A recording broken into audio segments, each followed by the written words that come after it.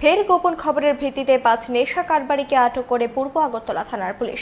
রবিবার রাজধানীর কলেজ টিলা এলাকা থেকে ১৪ গ্রাম ব্রাউন সুগার সহ তাদের আটক করতে সক্ষম হয়।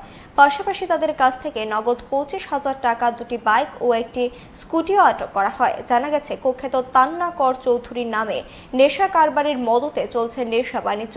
তাদের প্রত্যেকের বিরুদ্ধে মামলা নিয়ে আদালতে পেশ করা হয় বলে জানান ওসি সঞ্জিত সেন।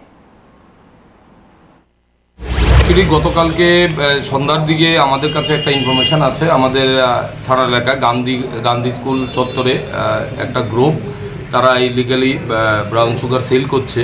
এই খবরের ভিত্তিতে আমরা এখান থেকে অফিসারের টিম তৈরি করে আমরা ওখানে পাঠাই।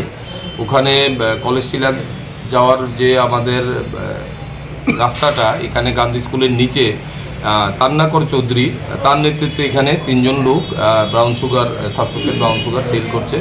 এই খবরের ভিত্তিতে আমরা কর্ডন করে এখানে ৩ জনকে আমরা ডিটেন করি এবং তার কাছ থেকে তান্না করের কাছ থেকে একটি সাথে সাথে পাউচ, ব্রাউন সুগারের পাউচ এবং ভায়েলও পাই। তো তাদের ৩ জনকে আনার পর আমরা খবর পাই আরও ২ জন লোক ওমেন্স কলেজ এলাকাতে ব্রাউন সুগার সেল করছে। তাদেরও আমরা ওখান থেকে ডিটেন করে নিয়ে আসি।